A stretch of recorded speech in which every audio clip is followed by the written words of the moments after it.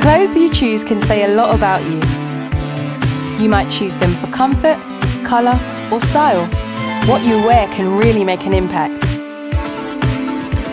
But have you ever thought about the impact your clothes have on the people involved in making them? And the planet, for that matter. In this film, we're going to find out how cotton is grown and is transformed into the clothes we wear.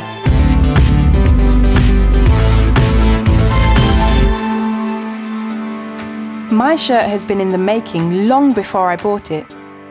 It has had a whole other life that I don't know about, involving far-off places, big machines, and lots and lots and lots of people. We'll be meeting the people behind it all, finding out what life is like for them. There are many stages in this process, and these link together in what is called the supply chain. Let's start at the beginning. Feel the fabric on your top. What's it made of? It could well be cotton, which is the most widely used natural fibre in the world today. Did you know that cotton is grown? It's a plant that, once matured, has a soft, fluffy, protective case known as a boll and is grown by farmers across the world. A whopping 20 million tonnes of cotton is grown in a year. That's the equivalent weight of 20 million horses. So if cotton is in high demand, that must mean that cotton farmers have lots of work and have enough money to look after their families properly, right?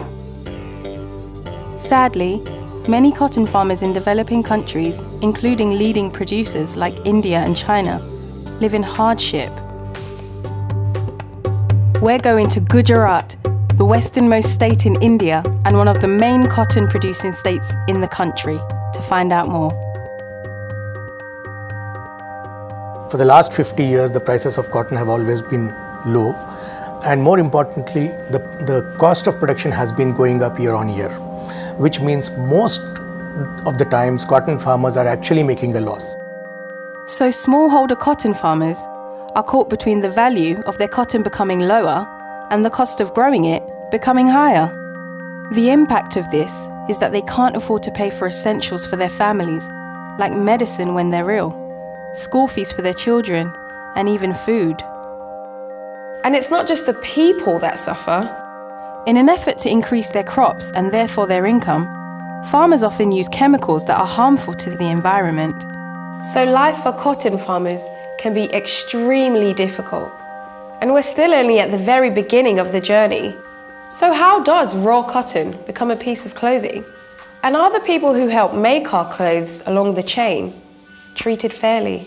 Let's see what happens next. Firstly, once the raw cotton is picked, it's taken for a process called ginning. Ginning removes the cotton seed from the cotton. The ginning process sends clouds of tiny cotton fibres into the air, which can cause serious lung illnesses for those working in the factories if they do not wear protective masks. The working hours are long, and the machines are large and can be unsafe if safety standards are not in place. Next, the remaining cotton, called lint, is pressed into large bales before it's sent to a textiles factory to be processed. The bales of cotton arrive at the spinning mill, where the lint is cleaned. It goes through several cleaning processes to ensure that it is the highest quality. Then, it's spun into yarn. It is spun and respun on large machines, and workers ensure that these machines are working properly. These machines create a lot of noise and dust. It gets to the point when the cotton resembles the fine thread that you might use for sewing. Next, it is woven and knitted into sheets of material and dyed. So now we have reams of fabric, and you can start to see how this will become clothes. The final stage is known as cut, make, trim, which starts when the material is cut into pieces following a pattern. From the cutting processes, the pieces are formed, stored and sent to the production line. There are several processes involved in the line to make the pieces into final garments, and then those finished products are checked, ironed and packed before dispatch. In each production line, We stitch between 600 and 800 garments per day if they are in a basic style. And there we have it, lots and lots and lots of clothes. Seemingly endless lines of them. So a lot has happened before my shirt even arrived at a shop and was put on a hanger. 27 billion is spent on clothes in the UK each year. So you'd think the factory workers would earn enough to live well on, wouldn't you? And yet some do not earn enough in a month to pay for one of the garments that they're producing. Why is this happening? How could things have got to the point where cotton farmers and factory workers do not earn enough to live on? Everyone wants faster, cheaper fashion. This contributes to businesses or suppliers overbooking, cutting corners and squeezing the salaries that are paid to the factory workers. And often the cotton farmer is even forgotten. This is really bad for workers. More people working longer hours for low wages in unsafe conditions. This was shown all too clearly in 2013 when a large factory called Rana Plaza in Bangladesh collapsed, killing over 1,000 textile workers. All of this is due to cutting corners and not ensuring factories are safe enough for the workers.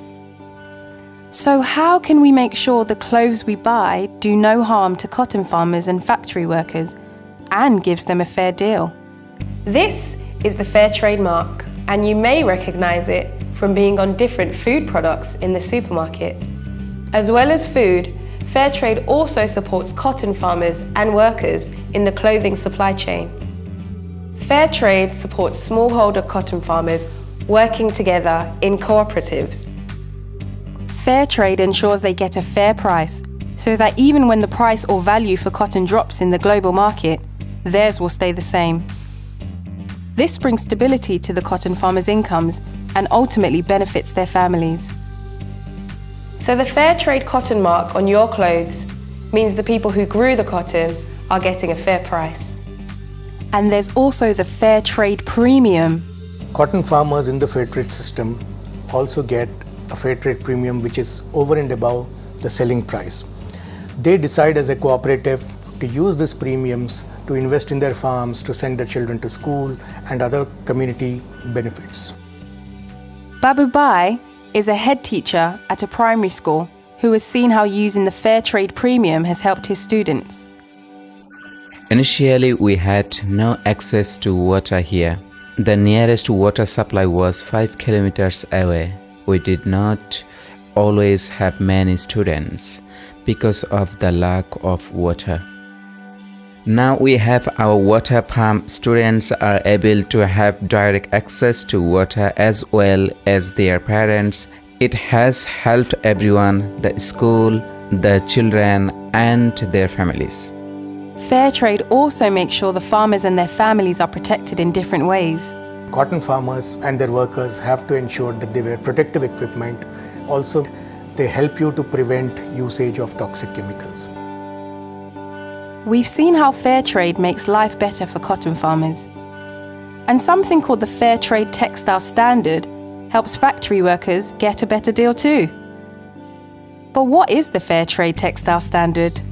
What this essentially means is that workers in the entire Fairtrade supply chains will be aware about their rights. They shall have functional trade unions. They will be working under safer conditions and working towards achieving a living wage.